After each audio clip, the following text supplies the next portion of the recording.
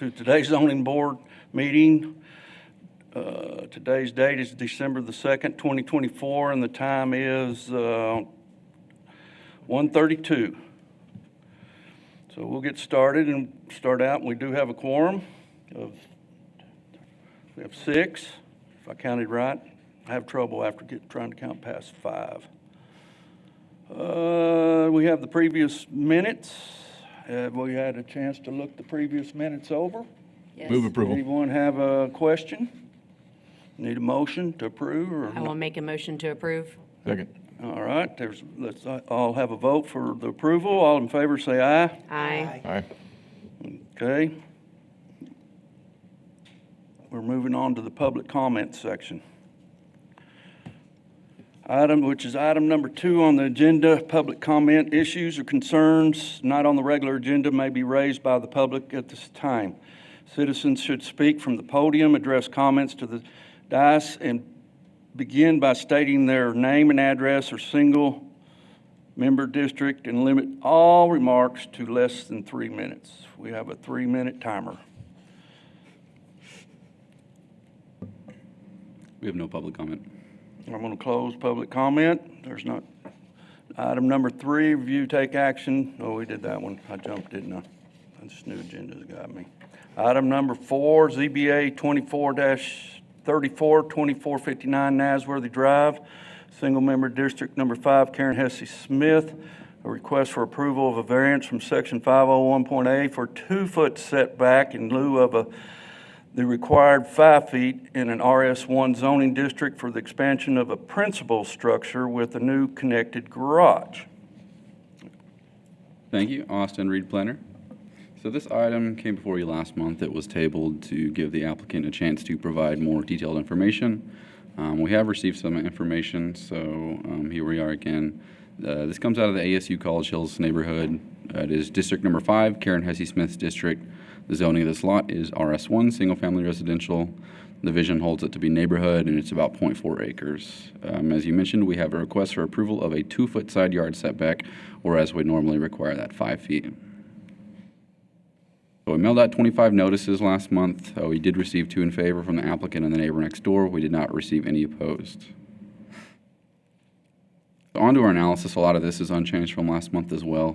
However, we did confirm that the variance is for an enclosed garage structure, not a carport. This structure measures 52 feet by 21 feet according to the plans that they provided, and it will abut the side of the home. As last month, there do not appear to be any special circumstances peculiar to the land. It's a very typical lot in both size, shape, and all of the neighborhood seems to be abiding with the side setback as well. Therefore, we weren't able to find that the necessary criteria for granting a variance has been met. Here's a photo of the side of the home where that garage is set to be. And then this is outdated a little bit, but it's just to give you an idea of the layout of the lot and where the structure will be. Sorry, I can barely hear you. Sorry. It's okay. So this is a little bit outdated. It's just here to show you the layout of the lot and where the structure may be. And then here's just a basic floor plan that they provided. You can see it measures 52 by 21. It has an 18-foot wide opening. I presume it's going to be a garage door. And then there's an Structure was already there, and they're just wanting to add on to the back of it, correct? No, this is a new structure. Entirely new structure. They're placing it over their driveway. I guess that doesn't work. Pretty much where you see those vehicles, I think, somewhere back there. I'm sorry, do what? Somewhere where you see those vehicles in the photo back there will be a new garage structure, and it'll butt up pretty close to the home, I believe. Oh, it was the side. And there's an elevation view in case you're curious. Could I ask you something? Sure. Is it going to be enclosed, or is it open? Yes, it It's is gonna be enclosed enclosed? with the garage door. Yes, sir. We are recommending an aisle, and I'll take any other questions you might have. Any question for Mr. Reed? I have one, if not. Can you go back a couple more where it shows the house? Sure. Yeah, I'm sorry, one more up. Okay. Thank you. We're up, thank you. So it does not touch, or it does touch the house? Does it join the house? I don't think it joins the house. I think in our ordinance, if an accessory structure is within 10 feet of the primary structure, it basically functions as an extension of it. So it would follow the same setbacks as the house. I don't think it physically joins the house, but it is close. Okay, thank you. Looks like when the developer, which I'd assumed many years ago was Ted Brown, put a 10-foot setback line on that side. How are we supposed to look at that? So What's a plat? that would be outdated. We see those on plats a lot of the time where people list certain setbacks, but our zoning ordinance can change over time. That may be a deed restriction. What matters right now is the current zoning, and the zoning holds that setback to be 5 feet. Okay, it's not on the overall plat then, is that what you're saying? Right, yeah. We would basically ignore where it says 10 feet there. That should be a 5-foot setback. So that's a mistake. On that original plat, that's a mistake? Right. It might not necessarily be a mistake. It could just be outdated. I would imagine that But the that's what they're developer. based off of. Yeah, the 10 foots I see now is mainly on patio homes. Okay. Because it has the 5 foot on the other side. So I was just wondering why that was 10 foot. Yeah, way back whenever this was done, like I said, it's most likely a deed restriction or the zoning ordinance was different at that time. I would imagine the developer had in mind to keep the houses farther apart at that 10-foot side. That'd be my guess, unless it's just some kind of utility easement. Yeah, that may have been the intent. It Yeah. doesn't say.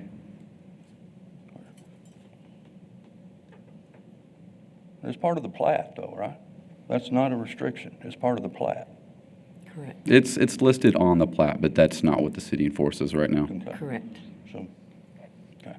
Just making sure I was clear on that. Sure. That's all. Thank you. And just to clarify, if it was a deed restriction and ours says 5 and the deed restrictions say 10, the most restrictive is going to apply. So even if you granted the variance for 5 or whatever, and that restriction exists, I mean, other homeowners might be able to enforce that. So, Right, mean- but they're also looking at their original plat that was drawn up to when they purchased the house. If that's what the survey is showing, that's what they're getting. yeah, I'm just saying, if that 10-foot exists, I mean, they may still be subject to Okay, that. That's what you're Yeah. saying. Okay. Well, if it's like that throughout the whole platting of that street, I'm sure the developer at that time didn't know him, but I know his reputation was of good reputation. He probably did that for a reason. That was to keep the separation of the houses. If it goes down the next lot, but, so, okay. Thank you. Any more questions? That, by the way, that developer's reason Campus Street has all those beautiful live oaks down there. That was in the 50s when the deal hit. Did I go too far? That wasn't on the No. agenda, was it? Campus, did I say campus? Yeah. Wasn't live oak. Campus, yes. All right, I guess we're Thanks. done. Does anyone out in the audience want to, I'm jumping. There we go, jumping again. All right, board, let's see, we did that, do we want to discuss it amongst us, or do we want to go straight to a motion? Because I don't see anyone out in the audience that looks like a proponent, and I could be wrong. Did they sign up? It's okay. So they're really worried about it? You don't know? That was kind of rhetorical, I guess. Was that a rhetorical question? We tried to work with the applicant a little bit. They should at least be aware of their options. Okay. All right. All right. I'm down to board discussion. If there's not any discussion, I need to ask for a motion. And we can do the discussion first if you want to discuss it. I think we tabled it for a reason, so that we could discuss it and kind of figure some things out. Am I wrong? I thought they were going to go figure their options with planning. Wasn't it like a 2-foot difference that we were giving them the Yeah. option of doing? Yeah, calls for 5 and they're asking for 2. And they never, They haven't Communicated with indicated, I mean, he came in, they never indicated what they would be willing to do or what they want to do. I let them know their options, that they could either reduce the size of the structure or maybe move to the backyard since that's a paved area. But like I said, I don't think they said whether or not they were inclined one way or the other. But they were aware whenever you talked that what their options were, where the meeting was, so Yeah, forth. I've communicated that, yes, Okay. sir. Then I'm gonna make a motion to deny. Okay, I guess a closed discussion, and there's going to be a motion, go ahead, say it again. To what would you say? I didn't hear you, I had my I'm bad. gonna make a motion to go with the city and deny the, Okay, there's a motion for denial. Do I hear a second? Second. There's a second. I'm going to go for the vote. If there's not any more discussion from the board on the motion, there not being one, I'll say let's go to the vote. All in favor, say aye. aye. Aye. Any opposed? There be none. It passed 6-7 against. 6-0. Or 6-0. 6-0, I'm sorry. That was against. That was against. Item number 5, ZBA 24-37, 270202 Red Bluff Ramp Road, Single Member District Number 1, Tommy Hebert. Request for approval of variance from zoning ordinance section 511.8.1 to not have a paved connection to a public street for a new home at 2702 Red Bluff Ramp Road. Thank you. Hello, Mr. Reed. Austin Reed, planner. This one comes to you out of the neighborhood of Nasworthy. We are in District Number 1, Tommy Hebert's district. It's an RS1 lot. The vision plan holds it to be neighborhood and open space. It's about half an acre in size, and we have a request to not have a paved connection to a public street for a new home. You can see it's for this top left lot outlined in red. Right now, I think it's the only one on the block that is still undeveloped. So we only mailed out 4 notices. We didn't receive any responses. So on to our analysis. To the front of the home is not actually a public street. It's a large vacant lot owned by the city that extends through the block. It's in front of all the other homes on the block, and there's similar ones throughout the area on all the Red Bluff roads. But these lots are designated as shared access easements on the plats. This lot actually seems to be the furthest away from the public street, has the furthest distance, which comes out to about 300 feet that they would be required to pave otherwise. As you can see probably from the satellite imaging, no other home on the block has a paved connection to Red Bluff Ramp Road. These more than likely weren't required when the homes were developed, most likely before the area was even annexed. So staff found that there were special circumstances peculiar to the lot and that all the necessary criteria in granting a variance can be met. And I've included the best photo I can. So this is actually the neighboring home to the right. The subject property is going to wind back to the left somewhere back here, and they'd be required to pave all the way through here to the public road. With that, we are recommending approval, and if you have any questions. So they're being required to pave where everybody else has access to? Because you said that's a side lot. Right, that's correct. You can see all of these homes use this city lot for access, and it's really just a bunch of dirt roads that lead to people properties. But they'd be required to pave their own connection to their home from here. Just their connection, not anyone else? Right. Not anything anyone else can use? Correct, yeah. Okay. Yeah, absolutely. Any more questions? For Mr. Reed? Y'all don't have one? No. Okay, y'all went through the variances and y'all covered it. I'm reading them. They look like you've gave a good consideration, and so I don't see anything there that bothers me.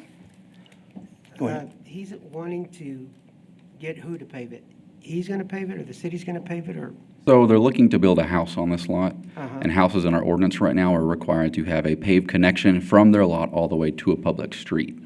That isn't present right now. So if whoever builds a house here is going to need to pave their own personal connection from this lot down to Red Bluff Ramp Road across this access easement. The city is not required. Okay, he's required. Correct. He would be required unless we grant this variance. So he's not wanting to pave it. Correct. If he doesn't want to Presumably. pay it, he wants to have the access like the other ones do. He doesn't want to actually have to pay that Yeah. middle line.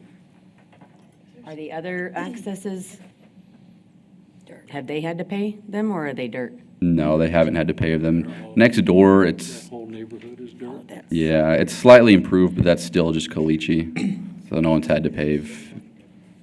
Yeah. That's what the ordinance says. So he'd be the only one with the paved access to his house, and everyone else that goes to those other 3 houses don't have paved access, and they Correct. haven't had to pay for them? Right, it would be unusual for the area, yeah.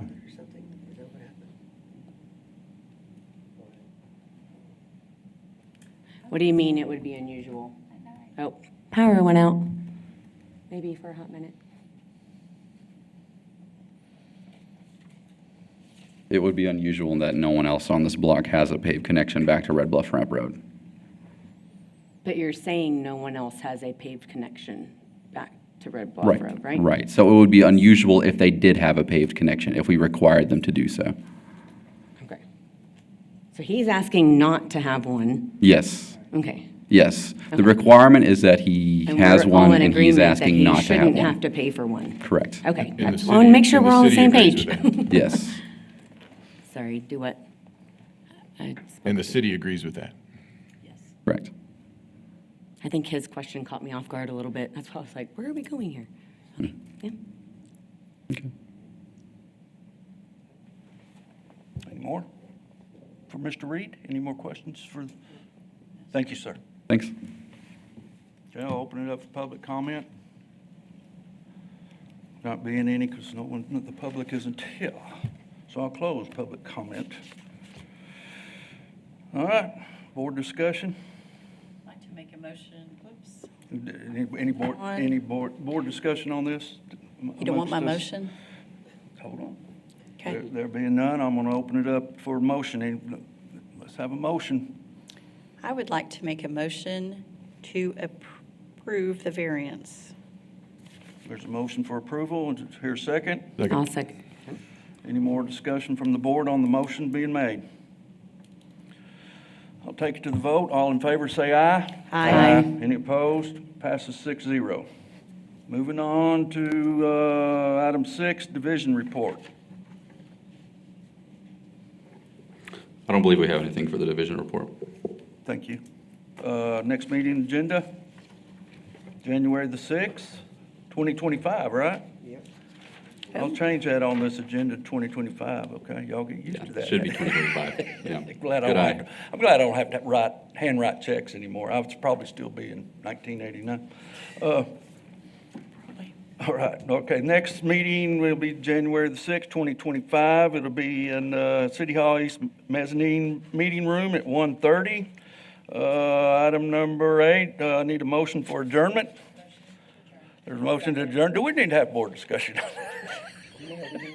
All right, let's go to the vote. All in favor, say aye. Aye. Aye. Passes 6-0. Merry Christmas, y'all. Merry Christmas.